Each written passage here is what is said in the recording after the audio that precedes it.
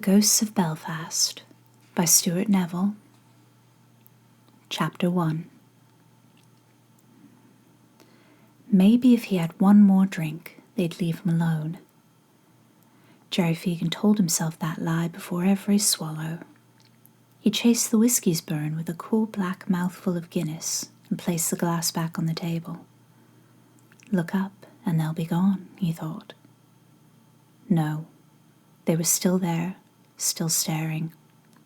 12 of them if he counted the baby in its mother's arms. He was good and drunk now. When his stomach couldn't hold any more, he would let Tom the barman show him to the door, and the 12 would follow Fegan through the streets of Belfast, into his house, up his stairs, and into his bedroom. If he was lucky and drunk enough, he might pass out before their screaming got too loud to bear. That was the only time they made a sound, when he was alone and on the edge of sleep. When the baby started crying, that was the worst of it. Fegan raised the empty glass to get Tom's attention. "Haven't you had enough, Jerry?" Tom asked. "Is it not home time yet? Everyone's gone." "One more," Fegan said, trying not to slur. He knew Tom would not refuse. Fegan was still a respected man in West Belfast, despite the drink. Sure enough, Tom sighed and raised a glass to the optic. He brought the whiskey over and counted change from the stained tabletop. The gummy film of old beer and grime sucked at his shoes as he walked away. Fegan held the glass up and made a toast to his 12 companions. One of the 5 soldiers among them smiled and nodded in return. The rest just stared. "Fuck you," Fegan said. "Fuck the lot of you." None of the 12 reacted, but Tom looked back over his shoulder. He shook his head and continued walking to the bar. Fegan looked at each of his companions in turn. Of the 5 soldiers, 3 were Brits and 2 were Ulster Defence Regiment. Another of the followers was a cop, his Royal Ulster Constabulary uniform neat and stiff, and 2 more were loyalists, both Ulster freedom fighters. The remaining 4 were civilians who'd been in the wrong place at the wrong time. He remembered doing all of them, but it was the civilians whose memories screamed the loudest. There was the butcher with his round face and bloody apron. Fegan had dropped the package in his shop and held the door for the woman and her baby as she wheeled the pram in. They'd smiled at each other. He'd felt the heat of the blast as he jumped into the already moving car, the blast that should have come 5 minutes after they'd cleared the place. The other was the boy. Fegan still remembered the look in his eyes when he saw the pistol. Now the boy sat across the table, those same eyes boring into him. Fegan couldn't hold his gaze, so he turned his eyes downward. Tears pooled on the tabletop. He brought his fingers to the hollows of his face and realized he'd been weeping. "Jesus," he said. He wiped the table with his sleeve and sniffed back the tears.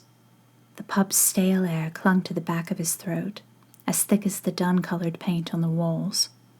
He scolded himself. He neither needed nor deserved pity, least of all his own. Weaker men than him could live with what they'd done. He could do the same. A hand on his shoulder startled him. "Time you were going, Jerry," Michael McKenna said. Tom slipped into the storeroom behind the bar. McKenna paid him to be discreet, to see and hear nothing. Fegan knew the politician would come looking for him. He was smartly dressed in a jacket and trousers, and his fine-framed designer glasses gave him the appearance of an educated man. Far cry from the teenager Fegan had run the streets with 30 years ago. Wealth looked good on him. "I'm just finishing," Fegan said. "Well, drink up and I'll run you home." McKenna smiled down at him, his teeth white and even. He'd had them fixed so he could look presentable for the cameras. The party leadership had insisted on it before they gave him the nomination for a seat in the assembly. At one time, not so long past, it had been against party policy to take a seat at Stormont.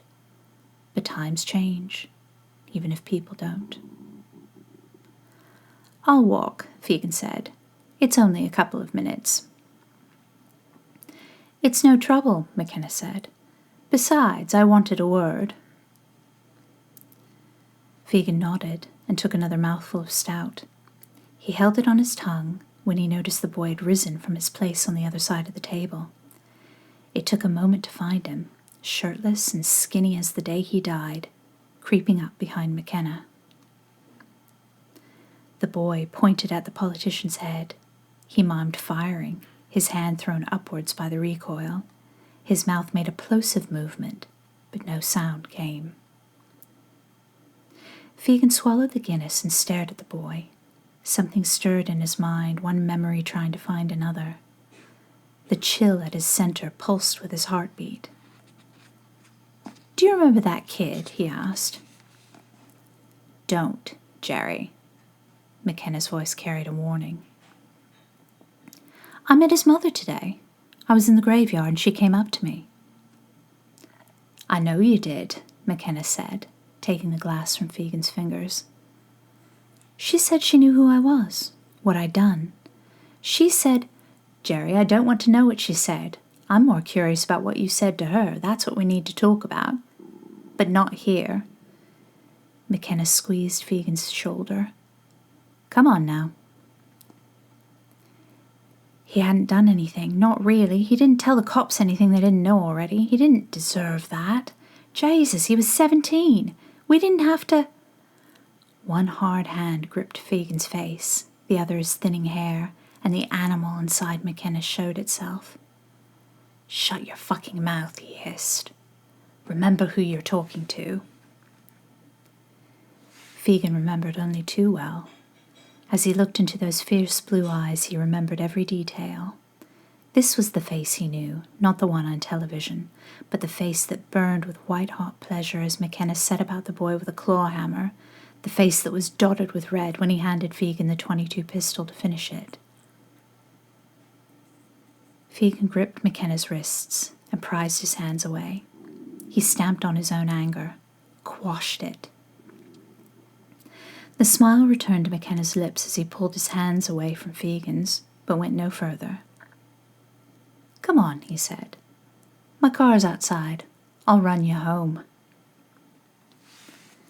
The 12 followed them out to the street, the boy sticking close to McKenna. McKenna had climbed high in the party hierarchy, but not so high he needed an escort to guard him. Even so, Fegan knew the Mercedes gleaming in the orange streetlights was armored, both bullet and bomb-proof. McKenna probably felt safe as he lowered himself into the driver's seat. "Big day today," McKenna said as he pulled the car away from the curb, leaving the followers staring after them. "Sorting the offices up at Stormont, my own desk and everything. Who'd have thought it, eh? The likes of us up on the hill. I wangled a secretary's job for the wife. The Brits are throwing so much money at this, I almost feel bad taking it off them." "Almost." McKenna flashed Fegan a smile. He didn't return it. Fegan tried to avoid seeing or reading the news as much as he could, but the last 2 months had been a hurricane of change. Just 5 months ago, as one year turned to the next, they'd said it was hopeless. The political process was beyond repair. Then mountains moved. Deals were struck. Another election came and went, while the shadows gathered closer to Fegan. And more often than before, those shadows turned to faces and bodies and arms and legs. Now they were a constant, and he couldn't remember when he last slept without first drowning them in whiskey. They'd been with him since his last weeks in the Maze prison, a little over 7 years ago. He'd just been given his release date, printed on a sheet of paper in a sealed envelope, and his mouth was dry when he opened it. The politicians on the outside had bartered for his freedom, along with hundreds more men and women. They called people like him political prisoners. Not murderers or thieves, not extortionists or blackmailers, not criminals of any kind, just victims of circumstance.